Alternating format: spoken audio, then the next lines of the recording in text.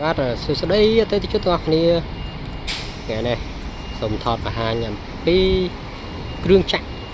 Market នៅក្រុមហ៊ុន Metro Group Cambodia ដែលឃើញនេះគឺជាប្រភេទ SK ថ្មីគឺមាន 320GX 323GX 323GC និង30ហើយបើកលេចមកមើលខាងនេះវិញគឺសិតតែប្រភេទគ្រឿងចក្រមកទឹកនៅក្នុងនោះក៏មាន Niveler Max Sam ការពិតគឺជា model មួយដែលក្រុមហ៊ុន CAT ក៏បានផលិតសម្រាប់ទីផ្សារដែលត្រូវការប្រកួតប្រជែងទៅលើតម្លៃប៉ុន្តែគឺផលិតនៅក្នុងរោងចក្រ CAT តែមួយគ្រឿងបង្គុំ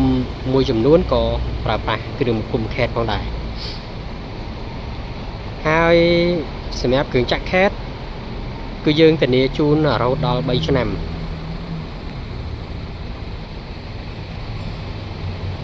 ហើយការថែទាំគឺយើងផ្ដល់ជូន3ឆ្នាំឬក៏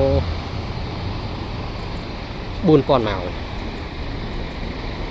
ហើយក្រៅតែពីគ្រឿងចក្រក៏យើងមានគ្រឿងបន្លាស់ដូចតែឃើញនេះគឺជាសិតតែប៉ែលCAT គឺជាប៉ែល original សាច់តែកគឺធន់នឹងភាពសឹករិចរឹលជាងរបស់ copy ដូចឃើញនៅក្នុងរូបនេះស្រាប់ហើយគឺសិតតែជាប៉ែលតែមានតែម logo CAT ផ្ទាល់តែម្ដងចេញពីរោងចក្រ CAT អញ្ចឹងតកតងមួយគុណភាពរឹងមាំរបស់ដែកគឺខ្ពស់ជាងផលិតផល copy ឬក៏នៅលើទីផ្សារទូទៅត្រឡប់មកវិញទៅលើ 320GX ហើយនិង 323GX នេះគឺជា model ទើបតែចេញថ្មីជាពិសេសគឺឆ្នាំផលិត2026ផ្ទាល់តែម្ដងហើយសម្រាប់320ហើយនិង 323GX វាខុសគ្នាបន្តិចត្រង់ថា 320GX គឺប្រភេទម៉ាស៊ីនស៊ីឡាំង4ហើយ 323GX ប្រភេទម៉ាស៊ីនមានស៊ីឡាំង6អញ្ចឹង 320GX មានទម្ងន់ខ្លួន20តោនប៉ែល1គីបសម្រាប់ 323GX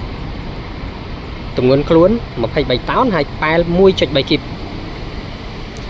អញ្ចឹងសម្រាប់ 320ការងារទូទៅខ្សាច់ការងារល្មមគឺយើងអាចធ្វើបានតែសម្រាប់ឯ 323GX គឺយើងអាចធ្វើការងារបានធ្ងន់ខ្លាំងហើយជាពិសេសដងដៃគឺប្រភេទ heavy duty តែម្ដងអញ្ចឹងសម្រាប់បងប្អូនដែលមានតម្រូវការអាចធ្វើការទំនាក់ទំនងមកកាន់បបផ្សារឬក៏លេខទូរស័ព្ទនៅលើវីដេអូនេះអរគុណជំរាបលាជួបគ្នាវីដេអូក្រោយបាយ